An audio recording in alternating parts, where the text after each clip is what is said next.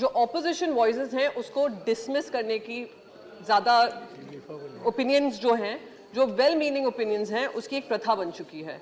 आज अगर 2019 में ऑपोजिशन से जो प्रॉब्लम्स आई थी इस बिल को लेकर, अगर वो एड्रेस कर ली होती तो शायद हमें 2022 में आकर ये पूरा फिर से चर्चा नहीं करनी पड़ रही होती।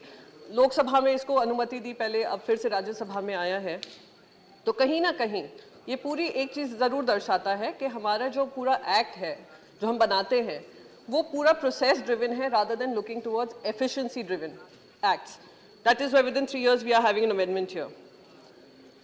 और कहीं ना कहीं हमें ये जो सरकार की आदत शुरू हुई है कि नाम बदलो काम हो जाएगा, we have to move towards काम करो नाम अपने आप हो जाएगा। ये यहाँ पे अंतर बहुत स्पष्ट दिख रहा है। इंटरनेशनल आर्बिट्रेशन सेंटर के लिए 5 इंपॉर्टेंट पहलू होते हैं। एक तो ट्रांसपेरेंसी, इंडिपेंडेंस, टाइमली ड्रिवन और dependability.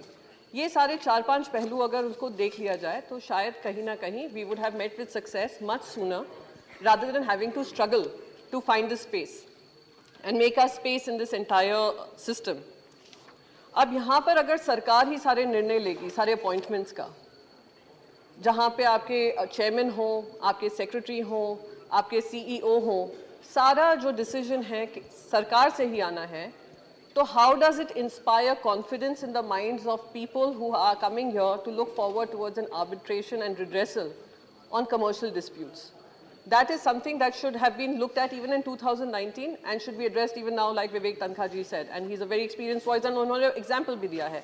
Timely time bound manner में कितना डिफिकल्टी होती है, जहाँ पे 33 से ज़्यादा बार उनकी सिटिंग हुई है और अभी भी सुप्रीम कोर्ट में वो जो अवार्ड मिलना चाहिए था वो नहीं मिला है।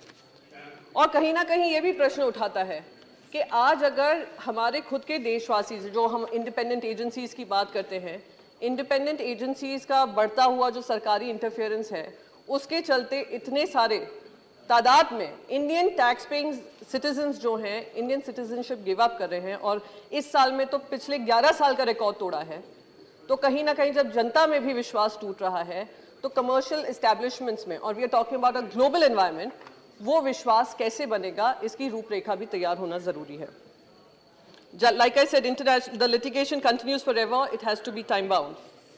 अगर हमें इंटरनेशनल सीट बनाना है, जो बाकी हम सारे देशों की बात कर रहे हैं, why is Singapore a success story, why is London a success story, that is because उनके जो इकोसिस्टम उन्होंने बनाया है वो ecosystem matches as to the expectation of the people. So just last 1 minute, उसमें आप ऑनलाइन हियरिंग की प्रावधान करें, आप आर्बिट्रेशन बेंचेस बनाएं, आप स्पेशलिस्ट आर्बिट्रेशन बार बनाएं और अक्रेडिटेशन दें आर्बिट्रेटर्स को। अक्रेडिटेशन मिलेगा, so probably there will be an increase sense of confidence, and the cost effectiveness of it all, I think, matters the most. Last but not the least, and I'll end with this point. Sir, Mumbai is the commercial capital of India, and most of the corporate companies look at Mumbai as the first base to set up their businesses. I'm very surprised that Mumbai has not been given the due importance in the previous act that was passed by calling it the New Delhi International Arbitration Center.